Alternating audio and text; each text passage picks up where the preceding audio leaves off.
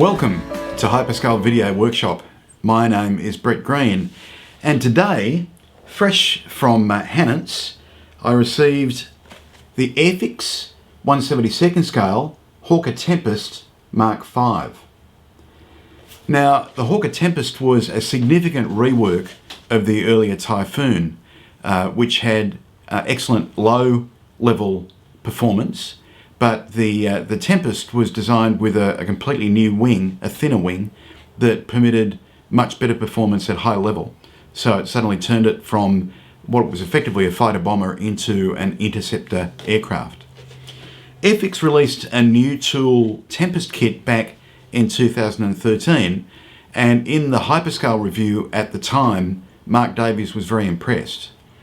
But I think the standards that we judge a model by today are quite different to 9 years ago in 2013. So let's see how the brand new Airfix Tempest Mk.V stands up in the box. I suppose it's not really going to stand up in the box, is it? Not without my help. We've got the usual little tape pieces here to hold the box shut.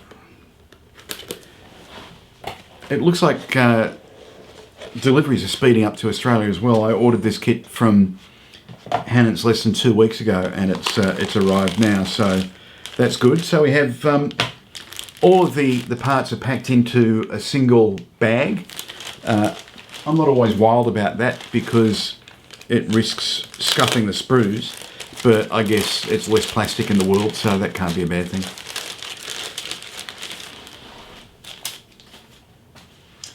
Rightio, let's go from the top, and we have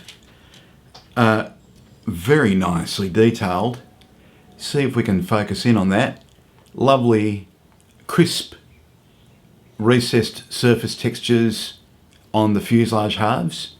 So the big fin is nicely depicted there, and we can also see some of the cockpit parts there on the other side of the sprue. And interestingly, what is just the frame, the outline of the wheel bay, as well as the intakes. On the other side of the fuselage, we can see that there is some of the frame structure actually moulded in place on the inside of the fuselage. So that's looking very nice. There are two styles of spinner, and we can also see the drop-in part for the opening of the canopy and the instrument combing. So that's the first sprue. It looks very nice. The texture of the plastic is smooth, not quite satin, but very, very smooth. The parts are located via sprue attachments on the outside of the kit parts, so you'll just need to be a little bit careful when you're removing those to not take out a chunk of the kit plastic as well. Next up we have the full span upper wing section, and once again this boasts really nice crisp recessed panel line detail.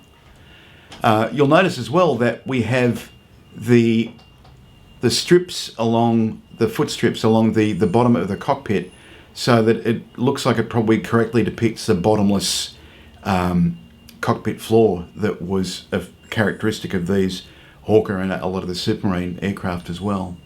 On the inside of the upper wing, we have structural detail moulded in place. That's all really nice.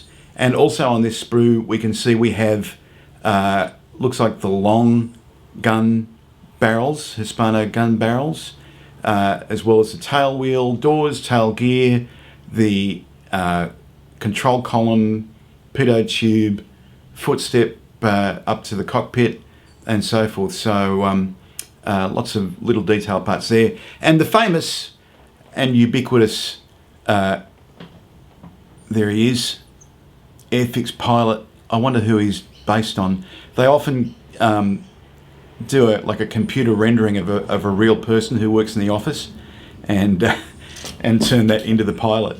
So not sure who that is. Oh.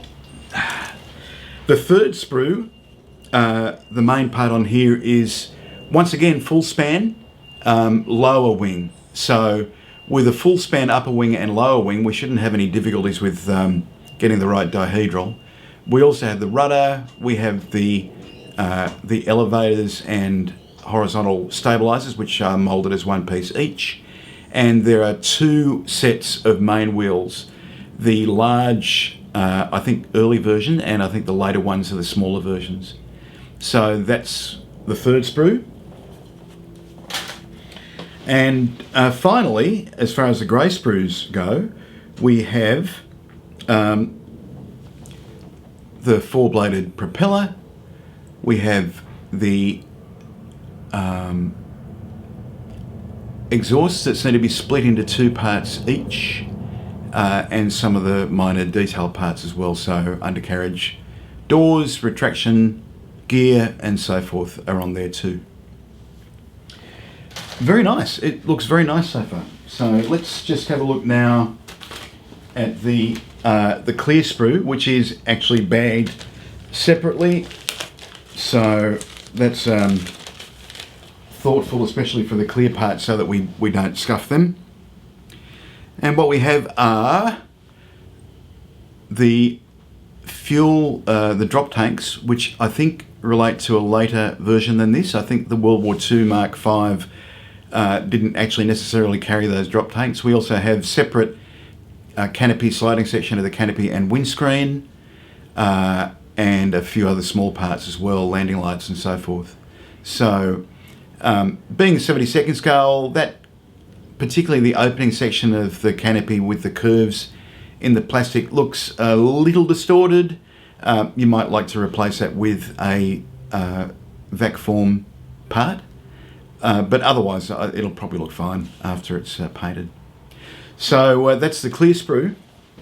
I think the only thing that will be in the box now are the instructions. I won't bother to look at those because I think they're fairly standard as far as Airfix are concerned. And the decal sheet. So decals, it doesn't say who printed them, but they're really nicely done. I like the rendition of dull red and the roundel blue. We have invasion stripes that are offered for those options on the decal sheet. Also the yellow ID leading edge stripes are on there too, and the walkway stripes and stencils. So quite a comprehensive little decal sheet there. No need for aftermarket unless you want to do a different version. So that's it. The brand new, all new Airfix 1/72 scale Tempest Mk.V. Looks very nice. It is very much Airfix's A-team at work by the look of it. Really nice surface textures, high level of detail. Sliding canopy can be posed in an open or closed position. Not too many options, but not that you really need them.